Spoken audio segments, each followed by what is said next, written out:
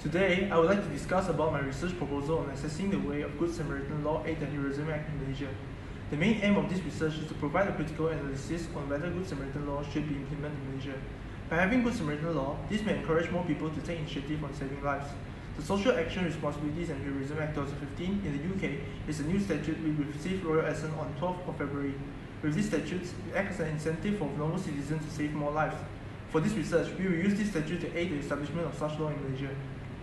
Good Samaritan law offers lawful protection to citizens who give reasonable assistance to those people who are believed to be injured, ill, or at risk or incapacitated. This is to reduce bystander hesitancy to help, for fear of being prosecuted for accidental injury or death. These laws are implemented in certain countries to provide impetus to bystanders to offer assistance in state of emergency so that they are protected in the course of rescue others. Historically, the common law has been reluctant to subject people to compulsory unselfish act. However, following the recent years, the law has started to be more lenient if the circumstances of high risk is created by an individual by negligence. He has the duty to assist anyone whose injuries are caused by his own conduct, although he does not have intention to aid. Similarly, if someone decides to help others who is at peril, it is voluntarily assumed as a duty.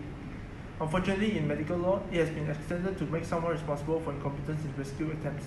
Despite risking himself to injury, in an Australian case of Lawns and Woods, a medical practitioner was sued for under negligence for failing to attend and provide treatment for non-patient in a state of emergency. Nevertheless, some countries such as Malaysia does not implement Good Samaritan law, and this is clearly illustrated in the case of the President of Majlis Perbandaran Tawau and Amaruddin bin Rasake. Thus, I suggest that a critical study on Good Samaritan law should be conducted to check whether such law will make people to take action on performing life rescue activity so it can reduce the risk of people dying innocently. To establish a similar statutory provision in Malaysia, the legislation in the UK will also be taken into account as reference. According to Social Action Responsibilities and Heroism Act 2015, Malaysia should consider implement Good Samaritan law as it can provide a platform for bystanders to take initiative to perform rescue actions when the people are in peril. Generally, the proposed legislation will be divided into a few sections which shows that whether the failure to provide reasonable rescue is done voluntarily, out of responsibility, or out of kindness. In Section 4 of the SAHA 2015, it states that the court must have regard whether negligence or breach of duty take place when an individual was acting heroically by taking action in an emergency situation to assist a person who is in danger. Fundamentally, it means that a person must perform steps which are necessary in order to help the victim. The term necessary may have a specific definition for it, but the court may apply objective tests.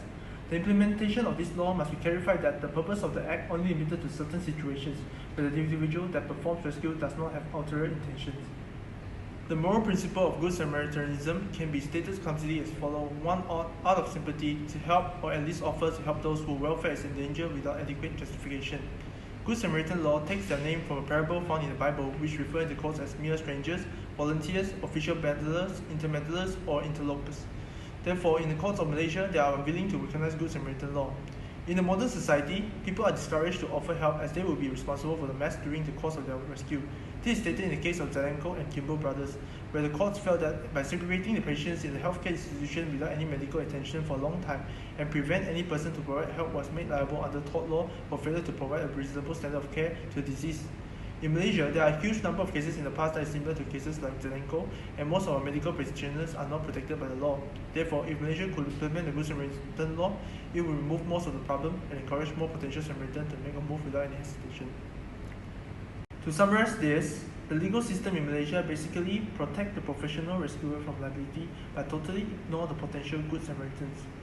However, there are situations where the professional rescuer cannot make it in time to perform rescue activities, and this is where potential Good Samaritans plays its part. This research mainly is to implement a Good Samaritan law in Malaysia so that these potential Good Samaritans may step forward to lend a hand when the individual is in peril as they are protected by the Act.